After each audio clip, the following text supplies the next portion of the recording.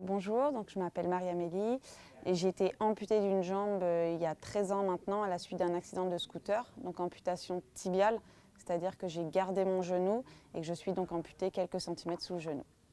Donc je suis verticalisée, je suis en capacité de marcher, de courir, tout simplement parce que je suis équipée d'une prothèse. Donc j'ai la chance d'avoir accès à du matériel qui me permet de retrouver une vie quotidienne globalement plutôt classique, plutôt normale, avec peu de gestes du quotidien qui sont changés.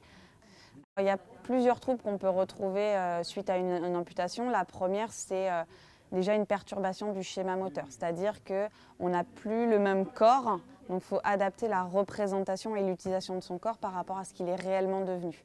On parle souvent de la douleur du membre fantôme, donc qui est une douleur qui fait ressentir et qui nous fait croire que le membre est encore là, qui va même envoyer des informations à ce membre qui n'existe plus.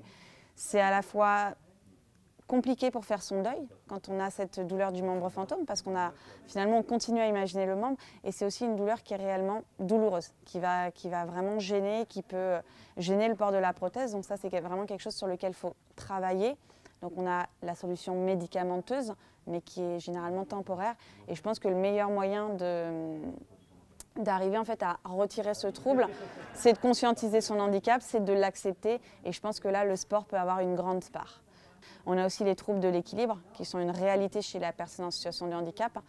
Donc on a une grande stabilité de la jambe valide. Ça, généralement, comme on a développé des gestes de quotidien sur une jambe, on peut avoir des facultés supérieures sur cette jambe-là, mais pour autant l'équilibre sur l'autre jambe est plus compliqué, et surtout en situation de sport, en situation de course, comme moi je fais de l'athlétisme, c'est gérer le déséquilibre des jambes qui ne réagissent pas de la même façon au sol. Donc ça, c'est quelque chose qu'il faut vraiment apprendre, sur lequel il faut passer du temps. Donc quand je rencontre des jeunes, je leur ai dit l'autre jour, voilà, je vais vous faire des exercices, vous n'allez pas aimer, vous avez l'impression que ce n'est pas du sport, mais pour autant, gérer votre équilibre au quotidien, c'est important.